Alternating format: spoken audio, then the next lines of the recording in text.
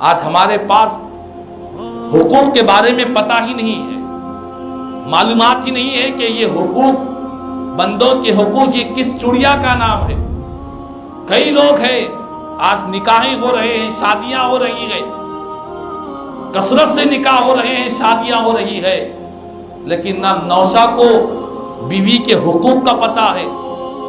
نہ اس دلہن کو شوہر کے حقوق کا پتہ ہے،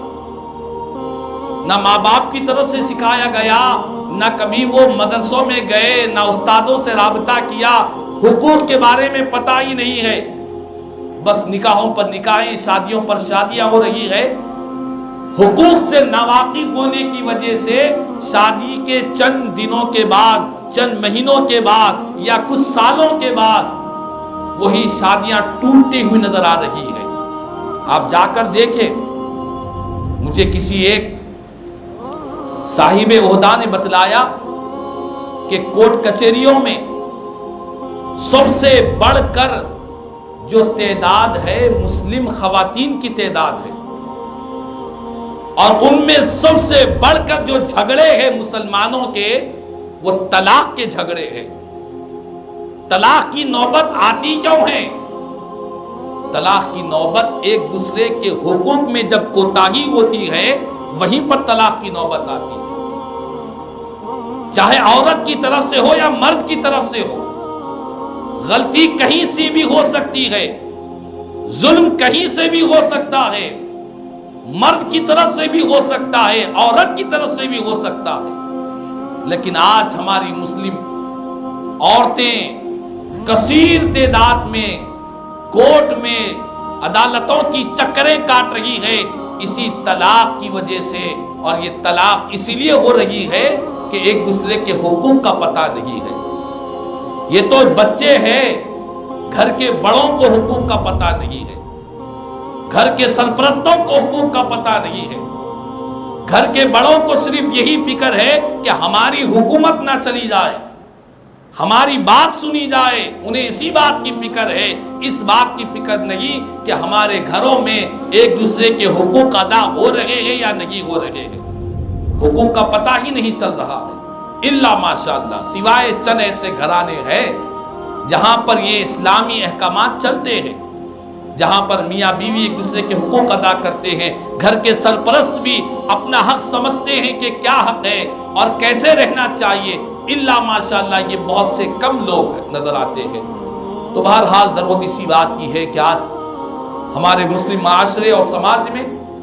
اسلامی حقوق کو واضح کیا جائے۔ شادی سے پہلے نوجوانوں کو بیویوں کے حقوق بتلائی جائے، اولاد کے حقوق بتلائے جائے، رشتہ داروں کے، بڑوں کے، خاندان والوں کے حقوق بتلائے جائے۔ اسی طرح لڑکیوں کو شادی سے پہلے شوہر کے حقوق بتلائے جائے۔ شوہر کا مقام و مرتبہ کیا اسلام کہتا ہے، مدینے والے آقا کیا فرماتے ہیں، یہ لڑکیوں کو بتلائی جائے۔ گھر میں جائیں تو سسرال والوں کے کیا حقوق ہوتے ہیں، وہ حقوق بتلائے جائے۔ جتنا ہم اسلام سے اپنی نسلوں کو اور اپنے آپ کو، جتنا اسلام سے گنبد خضرا کے مکین آمنہ کے لال کے فرامین سے جتنا ہم رشتہ جوڑتے رہیں گے، اتنا معاشرے میں امن و امان قائم رہے گا، اتنا معاشرے میں سلامتی قائم رہے گی۔ معاشرے میں امن و امان نہ دولت سے آتا ہے، نہ بڑی عمارت سے آتا ہے، معاشرے میں امن و امان نہ اپنے پاور سے آتا ہے، نہ اپنی صحت سے آتا ہے، معاشرے میں امن و امان آتا ہے آمنہ کے لال کی سنتوں پر عمل کرنے سے آتا ہے، حضور کی فرامین کو اپنانے سے آتا ہے۔ اللہ اس کے رسول کی بتلائی ہوئی تعلیمات کو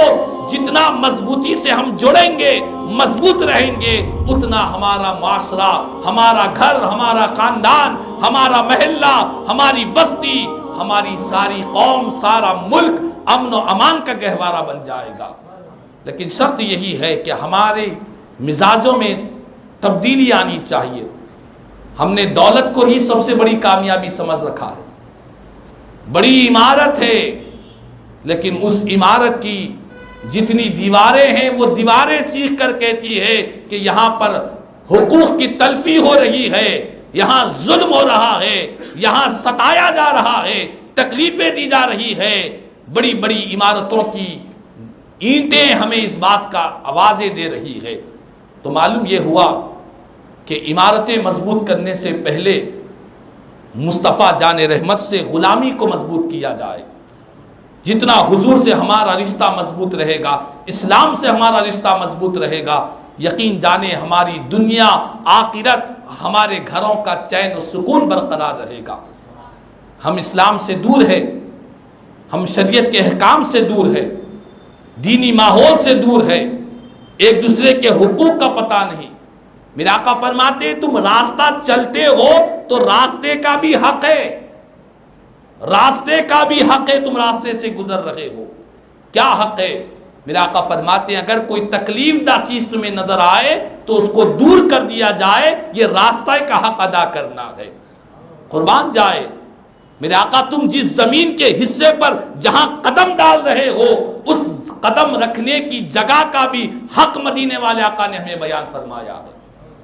حضور نے فرمایا تم بیٹھے ہوئے ہو روڈ پر، بازار میں، کسی مقام پر،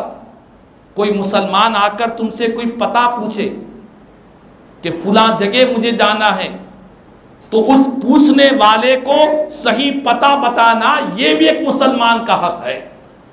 اسے صحیح پتہ بتانے پر اللہ تعالیٰ تمہیں اجر اور ثواب عطا فرمائے گا۔